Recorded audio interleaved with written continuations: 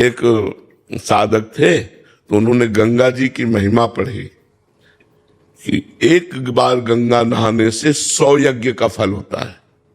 तो वो वैश्यागमन करने लगे। तो जब उनसे लोग कहते कि भगत जी रोज गंगा नहाने जाते हो और वैश्या के पास भी जाते हो, तो कहते तुम्हें क्या पता गंगा नहाने से 100 यज्ञ का फल होता है, वैश्या 1-2 यज्ञ का फल ले लेगी। तो गंगा मैया को लगा कि हमारी महिमा को कलंकित कर रहा है, तो एक बालिका के रूप में जब वो नहाने गया तो सफेद कपड़ा लेकर गंगा के जल में डालती और फिर बालू में कर देती, फिर जल में डाल धोती, साफ हो जाता, फिर बालू में कर देती। तो महात्मा जी सोच रहे थे कि लंगोटी पे हम स्नान करेंगे, बालिका चली जाए तो फिर, और थोड़ी देर खड़े रहे, बस वो वही क्रिया, जल में डालकर स्वच्छ करना और फिर बालू में गंदा कर देना। रहे बार बार धोती हो गंदा करती, जब धोती है तो गंदा क्यों करती हो, गंदा ही करना तो धोती क्यों है।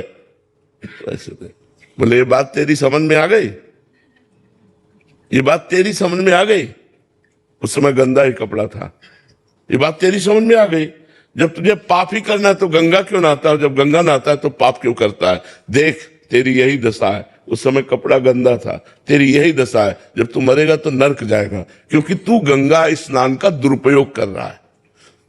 कि भाई 100 यज्ञ का फल मिलता है, 2-4 यज्ञ का फल ले लेगी, शेष तो हमें बचा रहेगा।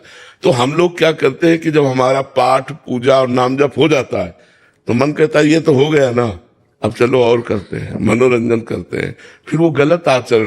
तो दोनों का बैलेंस वो बना के चलता है, तो इसीलिए वो उन्नति नहीं हो पाती, अध्यात्म उन्नति। और कुछ दिन बाद मन उसका निराश हो जाता है, क्या कई वर्ष से लगे कोई लाभ तो हुआ नहीं, तो वो आध्यात्मिक मार्ग धीरे धीरे वो छोड़ देता है।